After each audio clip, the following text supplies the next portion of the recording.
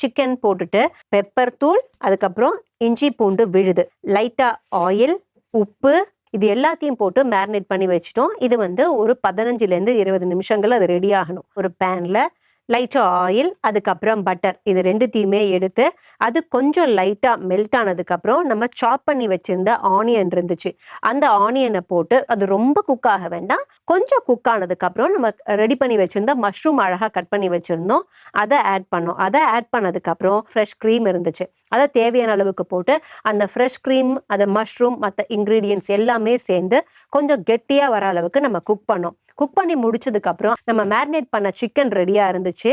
So marinate ஆன சிக்கனை என்ன பண்ணோம் அப்படின்னா, ஒரு கடாயில் ஒரு 2 ஸ்பூன் ஆயில் விட்டு அதை கிரில் பண்ணுற மாதிரி நம்ம ரெடி பண்ணி எடுத்துக்கிட்டோம். பிளேட்டில் அதை ஃபுல்லாக ஸ்ப்ரெட் பண்ணுறோம். ஸ்ப்ரெட் பண்ணதுக்கப்புறம் நம்ம ஆல்ரெடி ரெடி பண்ணி வச்சிருந்த சிக்கன் பீசஸ் இருந்துச்சுல, அதை அப்படியே மேலே பிளேஸ் பண்ணுறோம். அண்ட் அதுக்கு மேலே கொரியாண்டர் தூவி இறக்குறோம்.